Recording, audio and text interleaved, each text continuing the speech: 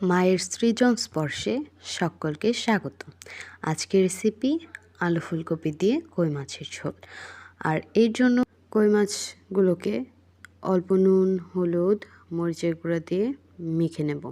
এরপর কড়াইতে তেল দিয়ে মাছগুলোকে ভেজে নেব। মাছ ভাজা হয়ে গেলে ফুলকপিগুলোকেও ভেজে নেব। ফুলকপিগুলো ভাজার সময় অল্প নুন, হলুদ দিয়ে নেব এবং ঢেকে ঢেকে ভেজে নেব। ফুলকপিগুলো ভাজা হয়ে গেলে ফুলকপিগুলোকে তুলে নেব। এরপর আবার কড়াইতে তেল দিয়ে তেজপাতা আর জিরে ফোড়ন দিয়ে আলুগুলোকে ভেজে নেব। আলু ভাজার সময় সেখানে অল্প লবণ আর হলুদ, মরিচের গুঁড়ো সামান্য জল দিয়ে মিশিয়ে দিয়ে দেব।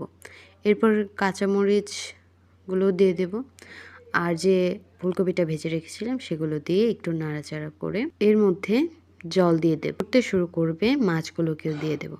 এরপর গরম মশলা, জিরে গুঁড়া আর সামান্য চালের গুঁড়া মিশিয়ে ঝোলের মধ্যে দিয়ে দেব আর একটু নাড়িয়ে চাড়িয়ে হয়ে যাবে আমাদের আলু ফুলকপি দিয়ে কই মাছের ঝোল। সেই সাথে আরও যা যা রান্না করেছিলাম সেগুলো